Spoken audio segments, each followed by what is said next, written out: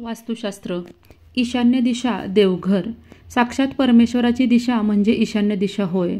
पूर्व आणि उत्तर यांच्या मध्यावरील दिशा म्हणजे ईशान्य कोपरा होय. वास्तूमधील ही जागा सर्वात महत्त्वाची आहे. विद्या, संतान, पुत्र, धन, कीर्ती, भोग, भाग्य, ऐश्वर्य, तपोबल, दैव, देवी देवतांचे आशीर्वाद, गुरु, एखाद्या क्षेत्रातील श्रेष्ठ पद अशा शुभ गोष्टींची ही दिशा आहे. आपल्या वास्तूमध्ये या जागी नेहमी शुद्ध पाणी, देवघर, तलाव, विहीर, अंतर्गत पाण्याचा साठा चालेल. या जागी शक्यतो पांढरा किंवा फिक्का पिवळा रंग द्या. ईशान्येला नेहमी उतार असावा. ईशान्येच्या बाजूने प्रवेश असल्यास तिथं चप्पल काढू नये. या कोपऱ्यात संडास, कचराकुंडी, संडासची टाकी, चप्पल, जिना, विजेचं मीटर, मोठी झाडं, स्वयंपाकघर, वाहनतळ असणे अशुभ.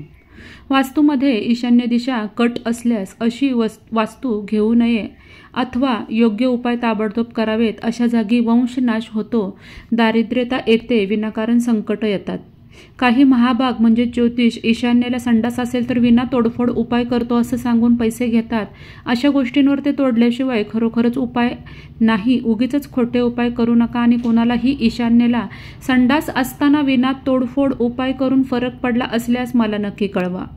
विना तोडफोड उपाय वास्तूमध्ये होतच नाहीत असं माझं मुळीच म्हणणं नाही, पण विना तोडफोड 60 ते 70% उपाय नक्कीच होतात.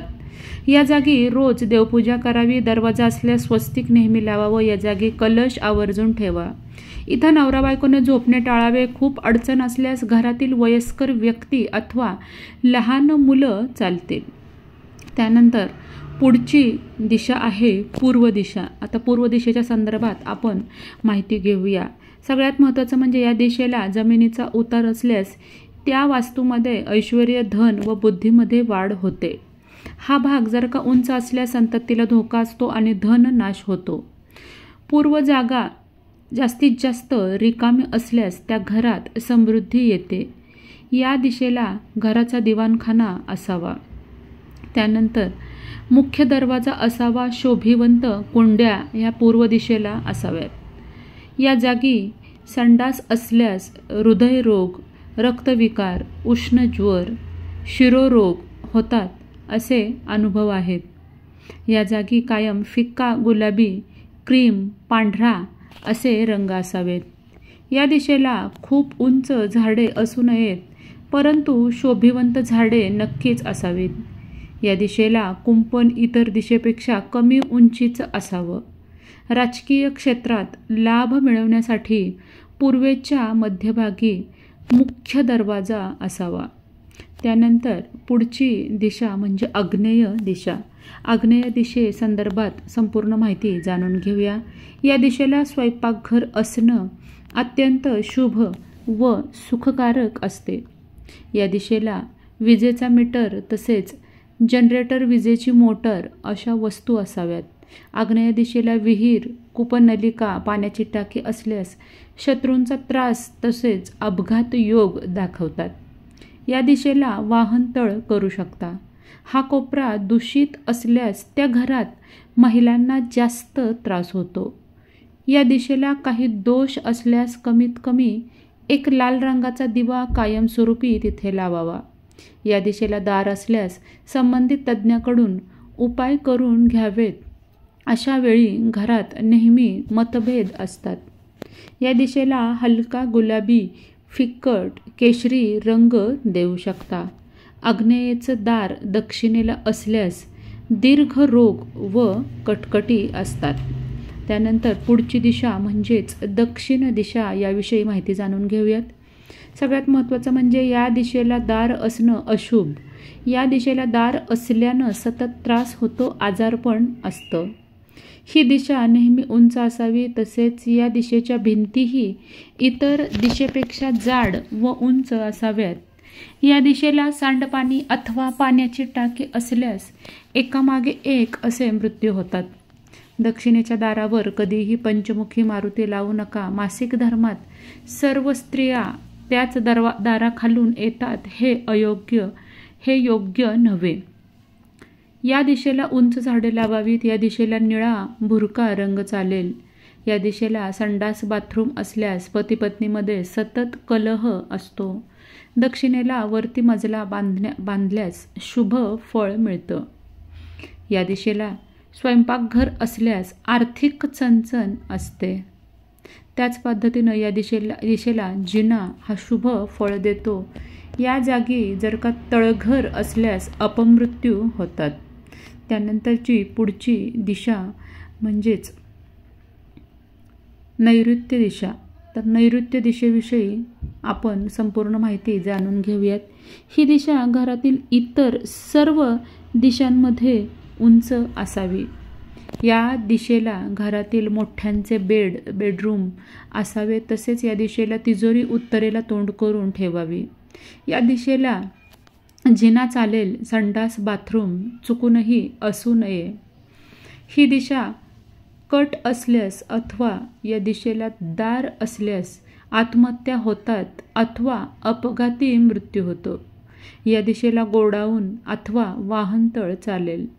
या दिशेला पाण्याची टाकी वास्तूपेक्षा उंचावर असल्यास अतिउत्तम.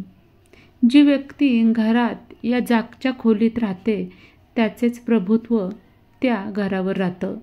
या दिशेचा दरवाजा असल्यास त्वरित बंद करावा. या दिशेला संडास, पाण्याची टाकी, विहीर, उतार असल्यास अपकीर्ती, बाहेरील बाधा, चर्मरोग होतात. तसेच संकटांची मालिका चालू राहते असा अनुभव आहे. त्यानंतरची पुढची दिशा म्हणजे पश्चिम दिशा. पश्चिम दिशेविषयी संपूर्ण माहिती जाणून घेऊयात. या दिशेला नेहमी संडास, बाथरूम असावेत. त्यानंतर या दिशेला उतार असेल तर त्या घरात स्त्रियांचे प्रभुत्व चालते. ही दिशा उंच असल्यास पुरुषांना कीर्ती मिळते आणि व्यवसाय वृद्धी होते. या दिशेला सेप्टिक टँकसुद्धा चालतील. प्लॉटमध्ये या दिशेला कमी जागा सोडावी आणि ईशान्य दिशेपेक्षा जास्त उतार असल्यास दुःख भोगावे लागेल. गडद सर्व रंग चालतील. त्यानंतरची पुढची आणि सगळ्यात महत्त्वाची दिशा म्हणजेच वायव्य दिशा. तर आता आपण वायव्य दिशेविषयी संपूर्ण माहिती जाणून घेऊयात. या दिशेला नेहमी लहान मुलांचे बेडरूम असावेत. या दिशेला वरच्या बाजूला पाण्याची टाकी ही शुभ मानली गेलेली आहे. त्याच पद्धतीनं जर का या दिशेला विहीर, कूपनलिका, जमिनीच्या खालच्या पाण्याचा साठा, पक्षाघात, वेडेपणा, कावीळ असे रोग दर्शवतात. या दिशेला जिना हा शुभ मानला जातो. ज्यांचे विवाह जमत नाहीत अशा व्यक्तींनी या दिशेला झोपावे. व्यवसायाच्या जागी या दिशेचा माल लवकर विकला जातो. या दिशेला संडास चालेल. त्यानंतर पुढची दिशा म्हणजेच उत्तर दिशा. तर उत्तर दिशेविषयी संपूर्ण माहिती जाणून घेऊयात.